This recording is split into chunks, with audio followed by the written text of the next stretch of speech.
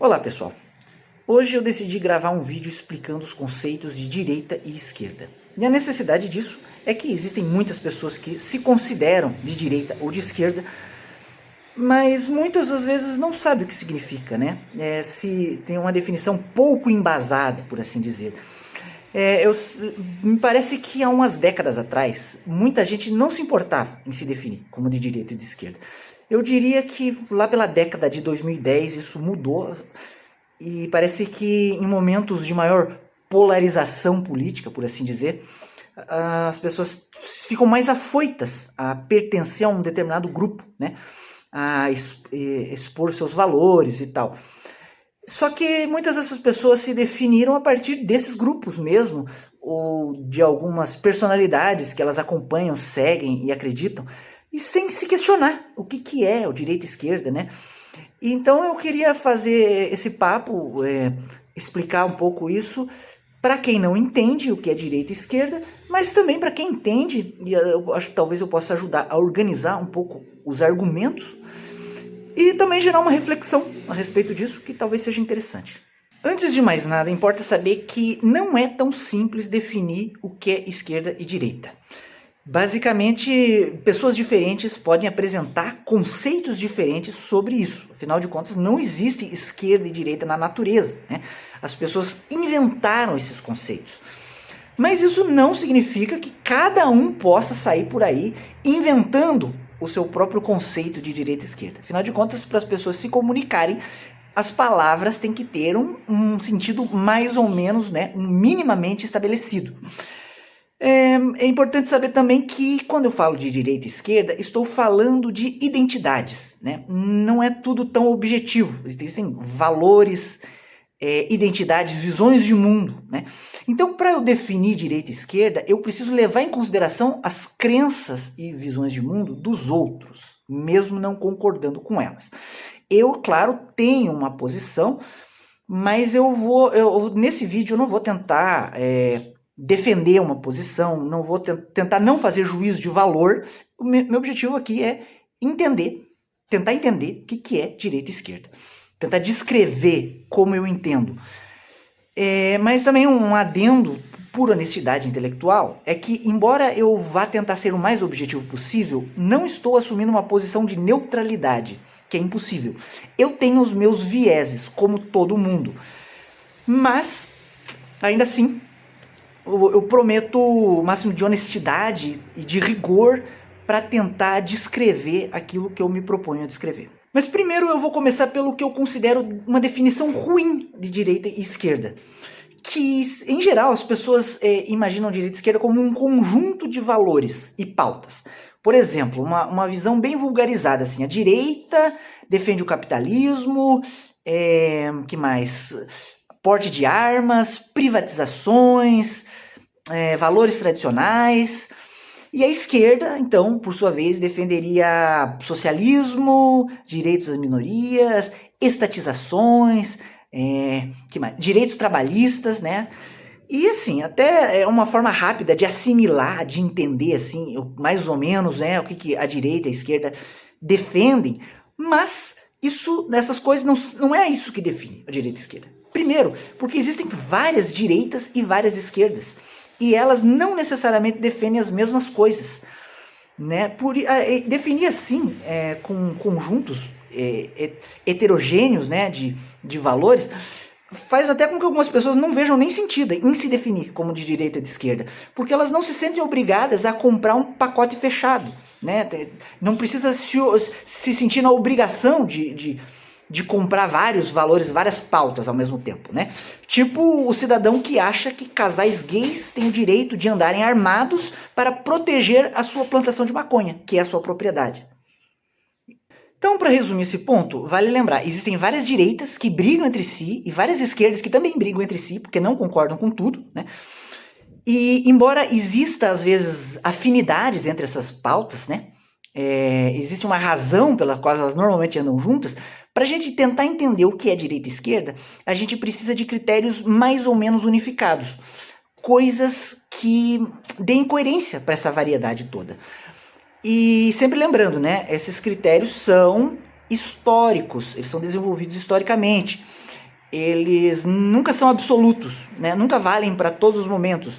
Eles são sempre relativos, inclusive, porque eles são relativos um em relação ao outro, né? A direita só existe em relação à esquerda e vice-versa. Tem gente também que define direita por ser capitalista e a esquerda por ser socialista. Mas isso está errado. Nem toda esquerda é socialista. Isso pode parecer estranho para alguns, porque basicamente existem alguns grupos de direita, especialmente de extrema direita, que rotulam qualquer coisa que pareça minimamente de esquerda como socialista e comunista. Mas isso está errado, isso emporcalha o debate. Socialismo, pessoal, é um modo de produção, uma maneira de organizar a economia baseado na propriedade coletiva dos meios de produção. Uma esquerda social-democrata, por exemplo, é uma esquerda que vai tentar gerir o capitalismo por um princípio mais equânime, né? Tentando reduzir as desigualdades sociais, tentando oferecer assistencialismo para a população, serviços básicos, mas ainda dentro do capitalismo, porque a propriedade dos meios de produção ali ainda é uma propriedade privada. E outra coisa que eu posso dizer com relação a isso é que vamos voltar para as origens do conceito de esquerda e direita. Durante a Revolução Francesa, em um certo momento da Revolução Francesa, existiam assembleias em que o rei estava presente e os deputados que sentavam ao lado direito do rei e que eles defendiam o rei e a monarquia. E os que se sentavam do lado esquerdo eram contra a monarquia e a favor da república. Esses eram os primeiros esquerdistas. E veja, eles não eram socialistas. O conceito de socialismo ainda não tinha sido desenvolvido. O que eles defendiam, basicamente, era uma república. Claro, eles defendiam coisas diferentes. Mas o que unia eles era a república e muitos deles defendiam coisas que, na verdade, valores, né, que eram liberais, tanto na economia quanto na política, né? E mesmo a direita da época, se você pensar numa direita aristocrata que existia, ela seria contra o capitalismo. Ela se beneficiava de um mundo feudal e o capitalismo viria a acabar com esse mundo feudal, né? Também no início do século XX tiveram grupos de extrema direita, bem conhecidos inclusive, que tinham uma retórica altamente anticapitalista. Mas é claro que no caso deles, isso estava mais no nível do discurso, né? Eles não combateram o capitalismo de verdade, talvez algumas formas de liberalismo, né? Eles combateram, mas a propriedade ainda dos meios de produção ainda era propriedade privada. E sim, assim, uma coisa que faz parecer muito essa divisão de capitalismo e socialismo com a direita e com a esquerda é que hoje, e isso a gente tem que pensar, no nosso momento histórico, o capitalismo se tornou um denominador comum, assim, da direita, de maneira geral, e muito mais do que o socialismo para a esquerda, né? E sim, a esquerda hoje, tipo assim, o socialismo é uma marca distintiva da esquerda, em grande parte, mas não a define. Isso que é importante salientar. Então, a partir de agora, eu vou começar a propor a definição que eu considero correta. Mas para isso, eu vou propor 3 dicotomias, que vão funcionar como eixos. Nenhuma delas, para mim, funciona bem sozinha, mas todas elas juntas, mais ou menos, nos ajuda a entender. E a primeira dessas dicotomias é o individualismo versus o coletivismo. Quanto a direita se preocupa mais com as liberdades individuais, a esquerda vem a se preocupar mais com a organização coletiva. Claro, qualquer pessoa com o mínimo de sensatez sabe que as duas coisas não são opostas, na verdade elas são dependentes, né? Mas existe uma diferença de ênfase. Então, por exemplo, uma pessoa de direita costuma entender que uma pessoa que trabalha, né, que supostamente trabalha e se esforça, deve ter o direito de fazer o que ela bem entender com seu dinheiro. E ninguém deveria ter o direito de impedir, né? Mas a esquerda ela vai estar mais de olho nas coisas que poderiam ser feitas com esse dinheiro que venham a ferir direitos dos outros, né? Porque a liberdade de um só pode ir até onde vai a liberdade do outro. O problema de viver em sociedade é que esses limites nem sempre são claros. Essa dicotomia é bem relativa, né? A gente pode pensar, por exemplo, num neoliberalismo que é altamente individualista e num socialismo que é altamente coletivista. Mas na prática as coisas se misturam um pouco, né? Porque nem tudo envolve dinheiro. Então, por exemplo, eu vou dar um contra-exemplo, né? Quando alguém de esquerda defende que pessoas adultas podem se casar com pessoas da orientação sexual, do gênero, que bem entenderem, e alguém de direita diz que não, que isso não deveria ser assim em nome dos valores da religião dela, as pessoas não deviam ter esse direito. Veja, nesse caso, é a esquerda que está defendendo os direitos individuais, as liberdades individuais. E é a direita que está defendendo um coletivismo forçado, mesmo que ele não admita, mesmo que ele não use essas palavras, né? Então você vê que entre o campo do discurso e da prática existem algumas lacunas, existem algumas coisas que confundem isso, né? Existem algumas incoerências. Outro eixo que eu considero definidor é o hierarquia versus igualdade. Enquanto a esquerda tenta reduzir as desigualdades, a direita tende a ver essas desigualdades como naturais e justificáveis. Enquanto a esquerda busca inclusão, participação, horizontalidade política, a direita valoriza as estratificações, a exclusividade, a autoridade. Por exemplo, uma direita mais tradicional, com valores mais tradicionais, às vezes defende, por exemplo, a submissão da mulher ao homem. Às vezes idolatram figuras de autoridade, principalmente militares. Ou, no mínimo, são contra políticas que reduzem as desigualdades, né? Porque defendem uma espécie de hierarquia baseada na classe social. Eu diria que uma direita mais conservadora valoriza a hierarquia em si mesma, e uma direita mais liberal, né, nos costumes, não valoriza tanto por princípio, a autoridade por princípio, mas costuma vê-la como resultado de méritos individuais. Por outro lado, né, embora a esquerda valorize a igualdade, existem esquerdas que são muito autoritárias, né? E, por outro lado, existem algumas esquerdas que são completamente avessas a qualquer tipo de autoridade, e entre uma e outra existem muitos meios termos. E agora, afinal, a última dicotomia, sem a qual não seria possível definir direita e esquerda, que é a dicotomia mudança versus conservação. Enquanto a direita é aquela que quer manter as coisas como são, ou como ela deveria ser originalmente, a esquerda é aquela que quer a mudança, a transformação, o novo, né? E daí, inclusive, o termo progressista, já que essa mudança implicaria supostamente num progresso. Daí o apego da direita aos valores tradicionais, né? A ideia de que o passado era melhor, um certo saudosismo, né? E uma ideia de que os valores se degeneraram. Ideias da esquerda criaram a degeneração dos valores, e seria a partir daí que viriam os problemas sociais. E já para a esquerda é o contrário. Na verdade, para a esquerda, os valores tradicionais são repressores, porque a sociedade foi fundada na exploração, né? E os problemas só seriam resolvidos com a superação das próprias estruturas da sociedade.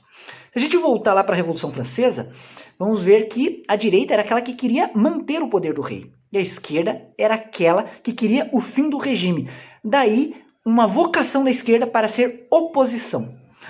Essa oposição pode parecer meio estranha para as pessoas de hoje em dia, principalmente para os mais jovens, porque a gente vive numa época em que a direita tem um discurso rebelde. Ela se propõe acabar com o sistema, ela se propõe como antissistêmica, e quase como revolucionários, mas negando essa palavra. Mas isso tem uma explicação. Até há poucas décadas, eu diria até pelo menos o final dos anos 90, era bem mais claro que a direita era a favor da ordem e da manutenção da ordem, do establishment, e a esquerda era subversiva, era contra o sistema, né? Existia uma clareza assim, nesse sentido. Mas acontece o seguinte: ao longo do século XX, pela primeira vez na história, partidos de esquerda foram assumindo a presidência dos países e foram implementando, a cada uma à sua maneira, políticas consideradas progressistas, né? Inclusão social, distribuição de renda, assistencialismo e por aí vai.